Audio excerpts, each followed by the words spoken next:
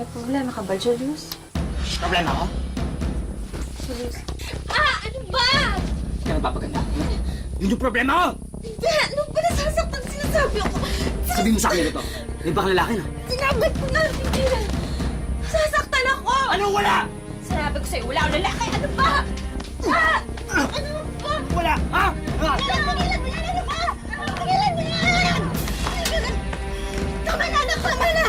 Magkampihan ba kayo? Anak, tama na! Tama na, anak! Bulag daw minsan ang pag-ibig dahil ang taong nagmamahal, hindi raw nakikita ang katotohanan.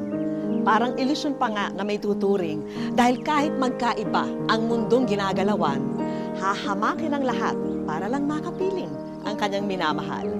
Magandang araw po mga kapuso, ako po si Vicky Morales at ito po ang wish ko lang. Tara, pigkawalan, malawag pa, walang kain pa, no? Pasok! Ay, anak, punta muna ako sa loob, kukunin ko yung paninda, ha? Diyan ka muna, ha? Sige, Oma. Ako Sige. bahala dito. O, bantayan mo yan. Malawag pa, walang kain pa po yan, no? Ay, sandali lang kuya ha. Ano yun? Pabili naman ng candy.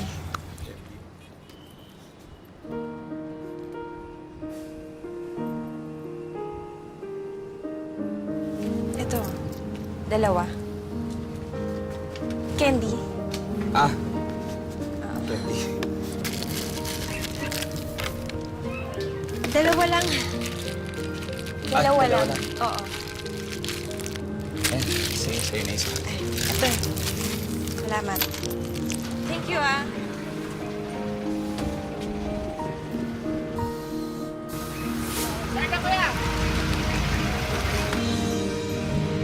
Hoy!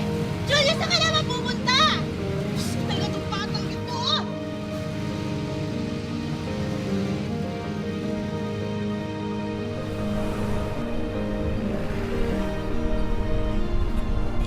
Ano? Yes. Excuse me.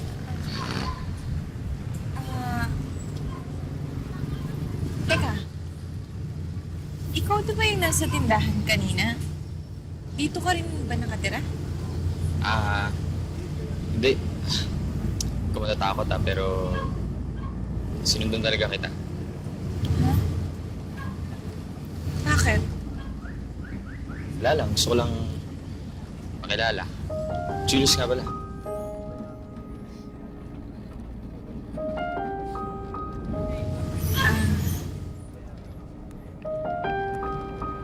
Jocelyn. Salamat. Salamat dito ka ba nakatira? Oo. Sa kumbento. Siya. Muna na.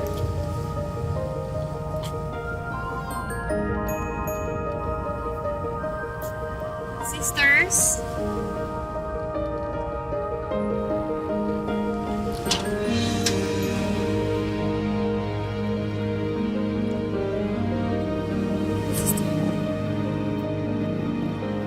Yes!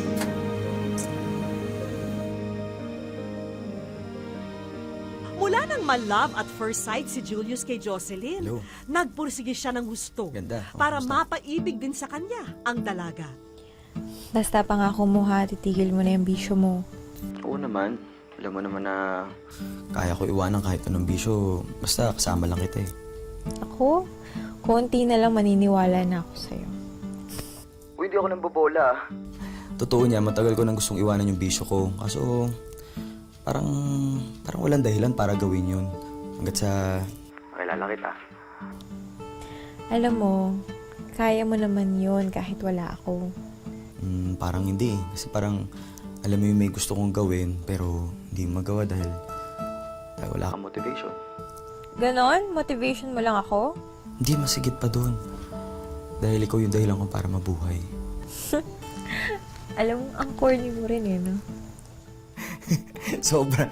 Alam mo, naging corny na ako nung nakilala kita, ah. Jocelyn? Julius, sige na ha. Si Mamang kasi papasok ng kwarto. Sige, sige. Sige, good night, Jo. Jocelyn? Po. Ano ba yan? Sino ba yung kausap mo, ha? Gabing-gabi na, hindi ka pa natutulog. Wala po yun. Matulog ka na, ha? Opo. Sige. Sige po. Good night po.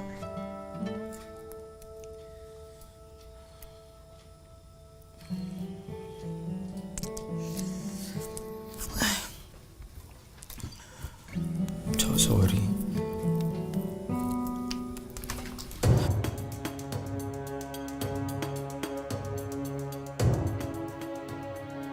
At kahit nabunyag man na may bisyo ang nobyo, hindi ito naging hadlang para pigilan ang kanilang relasyon.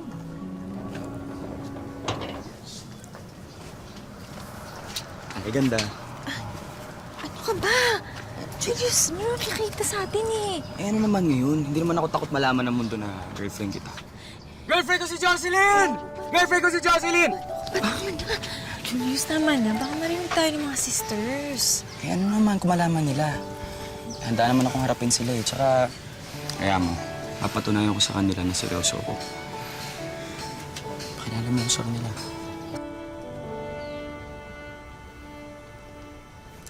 Ang bahala.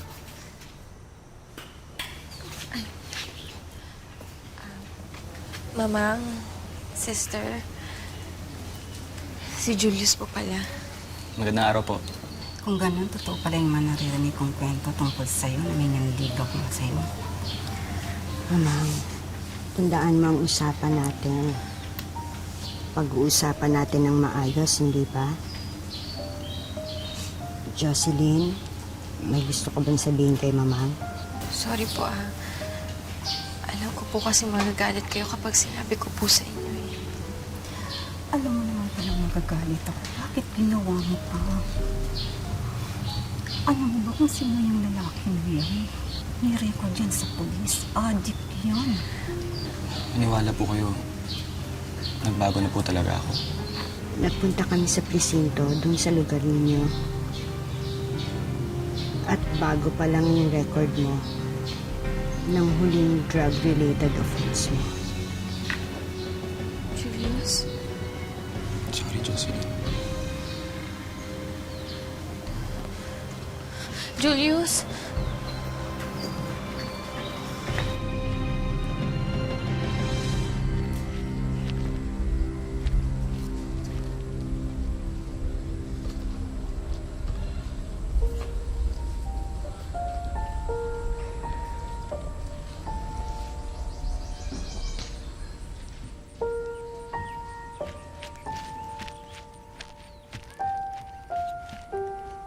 Ganda.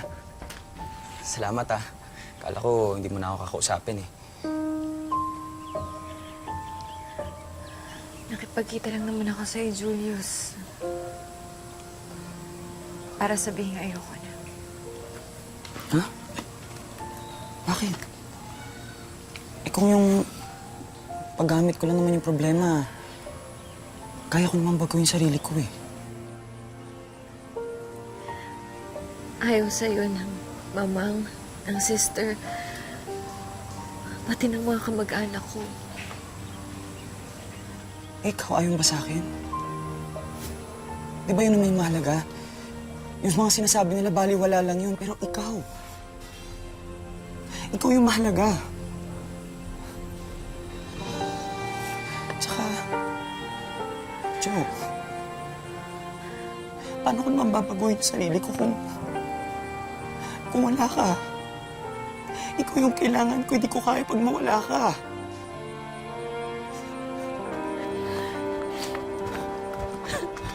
Joe! Joe, mahal na mahal kita. Hindi ko kaya mawala ka sa buhay ko.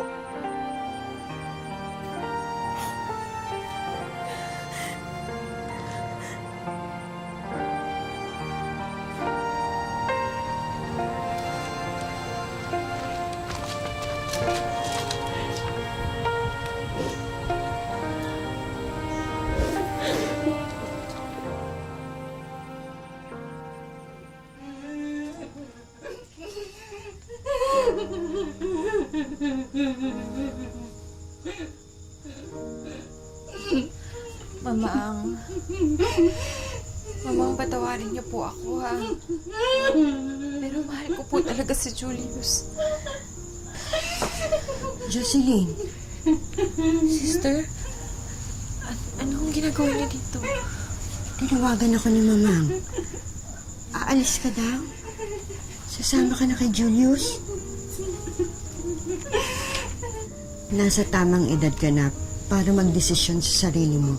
Pero sana naman, Pag-isipan mo mabuti ito.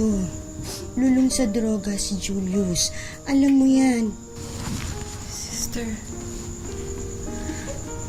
mahal ko si Julius.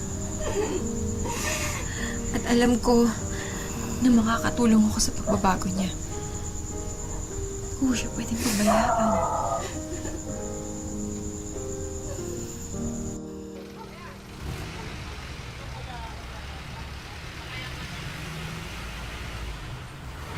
Okay na po. Oh, kanina ka pa ba naghihintay? Sino ka mo? Ha? Sino? Hindi ko yun kilala. Nakatabi ko lang siya sa jeep. Katabi lang? Oo. Julius, ano ba? Ba't mo tinatabi ang girlfriend ko? Wala akong ginagawa! Julius, ano ba? Tama na! Julius, ano ba? Tama na! Ano ba? Tama na! Sino yan? Sasaktan ako!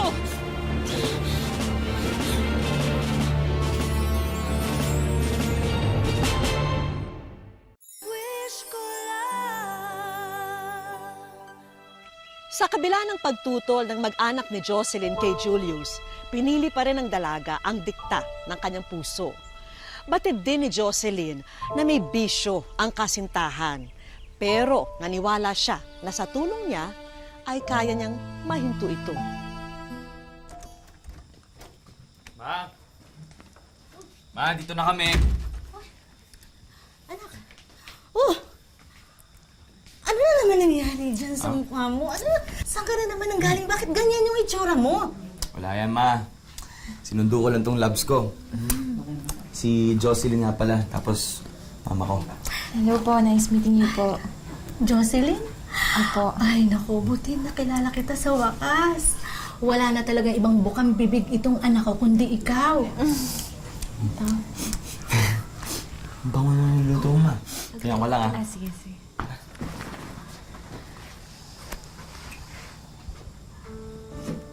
Maraming salamat ha sa pagtsatsaga mo sa anak ko.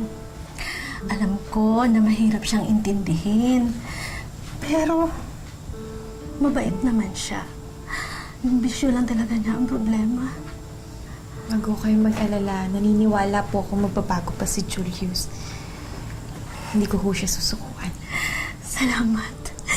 Maraming salamat.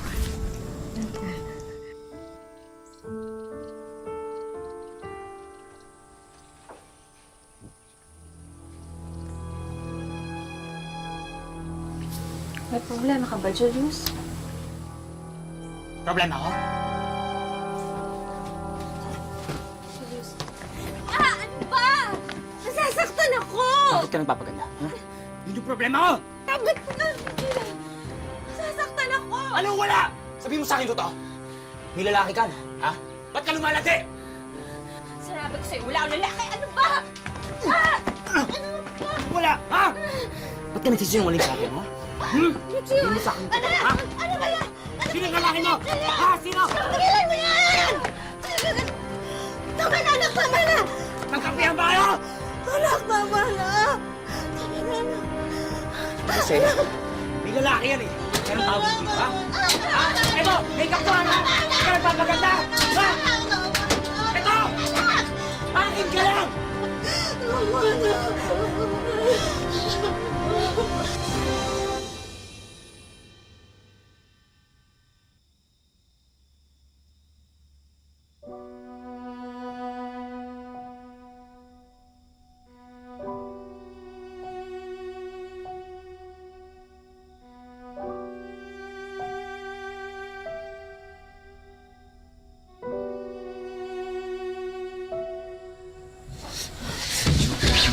Jo, Lumayo ka sa akin.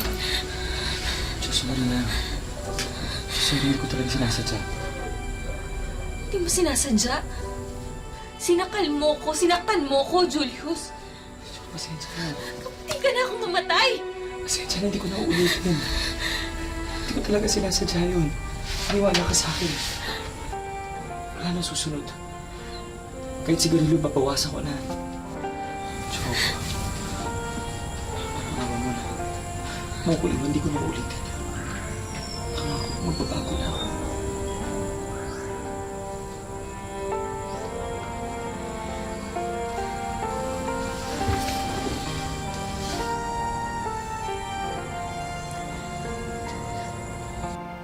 Naku, sister, buti naman ho nakadalaw kayo dito. Miss ko na po ang kumbento eh. Kamusta na po kayo? Pati po sila, sisters. Okay naman sila. Kinakamusta ka nga nila, syempre. Namimiss ka na din nila. Naku, miss na miss ko na rin po sila. Ikaw, Jocelyn, kumusta ka na? Nagbago na ba si Julius? Okay naman po.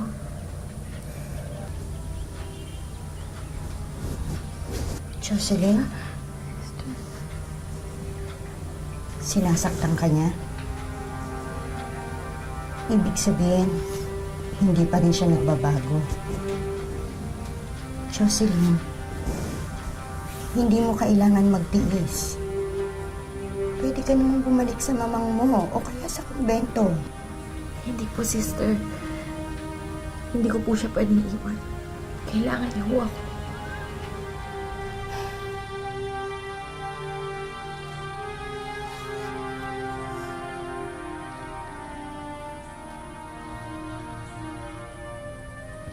Ano po to? Address yan at telephone number sa Davao. Doon na maa-assign si Sister Babes at Sister Fe. Kailangan nila ng assistant at ikaw ang naisip nila. Davao? Julius. Ano to? Iwan mo ako? Gusto na lang sa akin, ha? Papatayin ko kayo lahat! Ano ba? Akin mo to, ha? Balis ka dito! Susulugin ko yung kumpleto nyo! Susulugin ko kayo lahat! Iwan mo ako?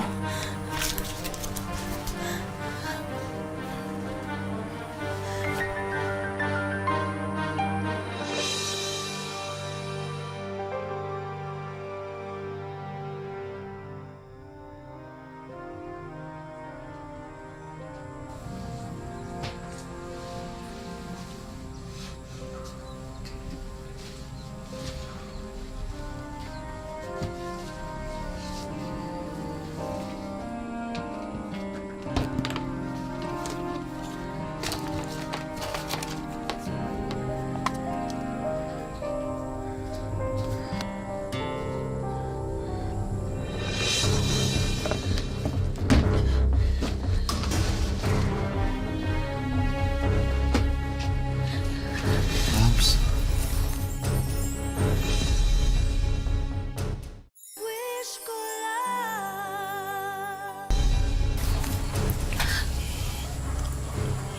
akin na lang, ah. Ito magpapaganda. Love you.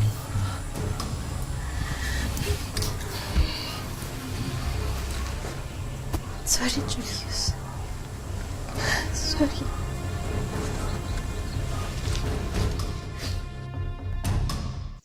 Kahit mahal niya si Julius, tila natauhan si Jocelyn sa katotohanan na halos imposible siyang magbago.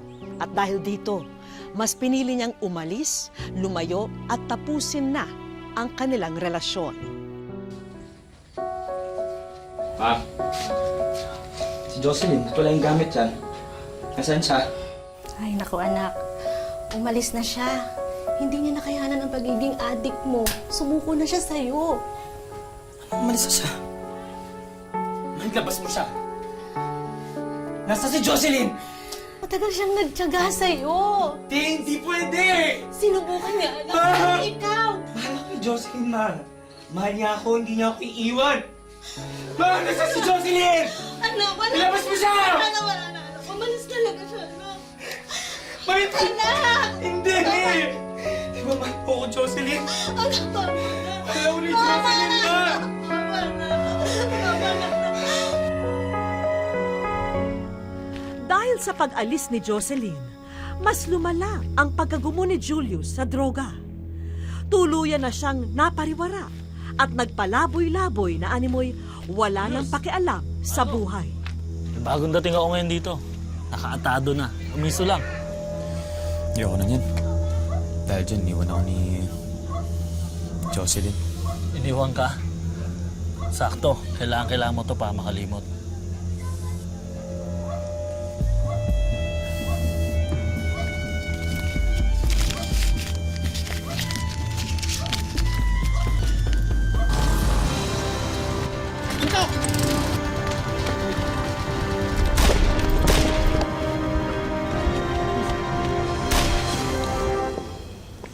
Jocelyn, ayoko magtanong sa loob ng kumbento dahil baka marinig ng ibang sisters. Nakalimutan mo na ba si Julius?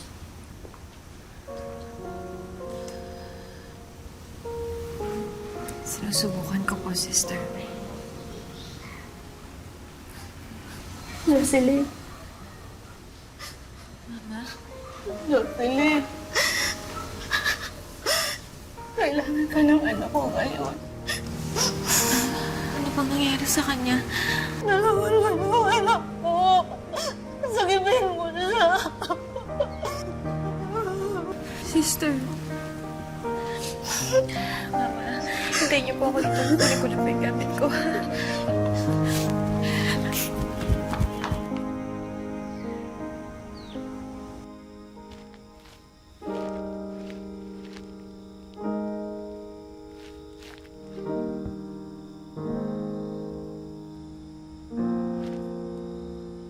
Julius.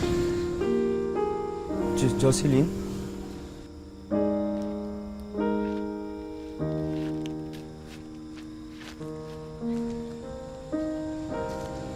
Jocelyn, tawarin mo ako ha. Hindi ko na ulitin yun. At pinapangako sa'yo na mabago na ako. At gagawin ko lahat para hindi na ako magkaroon ng bisyo. Papalihap na ako. Mahal na mahal kita. I'm sorry. I'm sorry.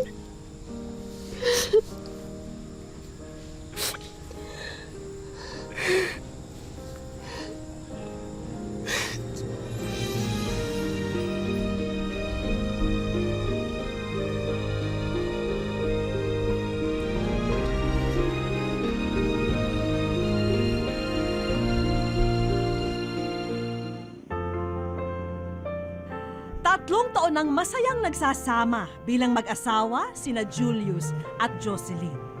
Kung dati, sa problema at away umiikot ang kanilang relasyon, ngayon ay tahimik na at puno ng pagmamahalan ang kanilang tahanan. Nung nakita ko siya, parang kumbaga yung sinasabi ng parang huminto yung mundo mo. Parang nakita ko siya parang nag-slow mo ang lahat. Naging kami. Tapos ayaw pa nga ng mga kaibigan niya rin, ayaw ng mga kaibigan niya na maging kami. So ako, hindi yun hadlang para sa akin na ibigin ko siya. Kasi alam ko naman na parang nakita ko sa kanya na mahal niya ako eh. Pero tuluyang nagbago na raw si Julius. Sa katunayan, iba na ang dahilan kung bakit pumapasok pa rin siya sa rehab center. Ito ay dahil isa na pala siyang empleyado rito. House parent o taga-monitor siya ng kalagayan ng mga pasyente rito. Julius is very blessed that he has the wife, Jocelyn. Jocelyn is an ideal and I salute to her on the giving support, no? The support to Julius that make Julius a very successful recovering drug dependence. And now our employee. Ayon kay Julius, natauhan siya sa kanyang mga pagkakamali at pagkukulang sa mga taong nagmamahal sa kanya, lalo na si Jocelyn. Napakasakit pa lang yung gusto mong angapin yung asawa mo na merong rihas na pagitan sa inyong dalawa. Nakita naman ni Jocelyn ang pagbabago at pagsisikap ng kanyang mister. Kaya bilang may bahay, hangad niya rin na mapagaan sana ang buhay nilang mag-asawa. Proud na proud ako sa iyo, sabi ko. Alam mo naman yan is na mahal kita noon pa.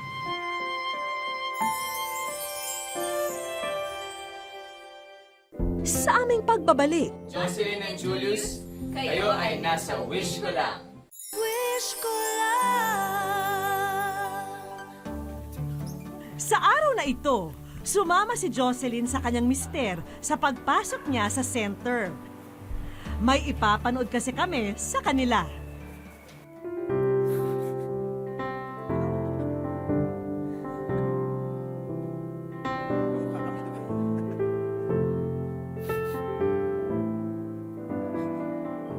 Jocelyn and Julius, kayo ay nasa wish ko lang. Thank you so much po sa inyo. May bahagi namin yung kwento namin. Yun, masaya kami dun. Pag-uwi ng mag-asawa sa kanilang bahay, nagulat sila sa sorpresang bumungad sa kanila. Surprise talaga.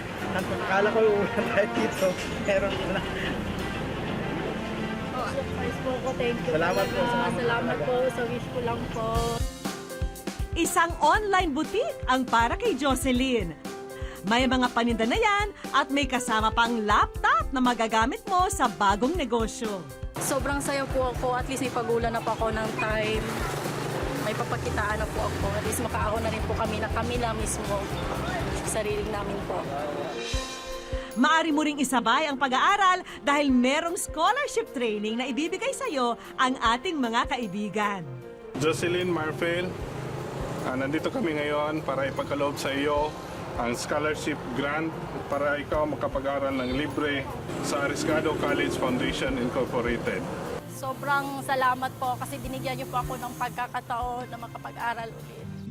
At ito namang savings account na may panimula ng laman ang para sa inyong mag-asawa. Ewan ko ba, hindi ko ma-explain kung ano yung nararamdaman ko po. Sobrang saya ko po talaga. Sobrang salamat po sa inyo. Sa wish ko lang. Nanatiling matatag ang pagsasama ni na Julius at Jocelyn dahil kumapit sila sa kanilang pagmamahalan na kayang isangga sa anumang problema sa buhay. Salamat po sa inyong pagsubaybay mga kapuso. Ako po si Vicky Morales para po sa Wish Ko Lang.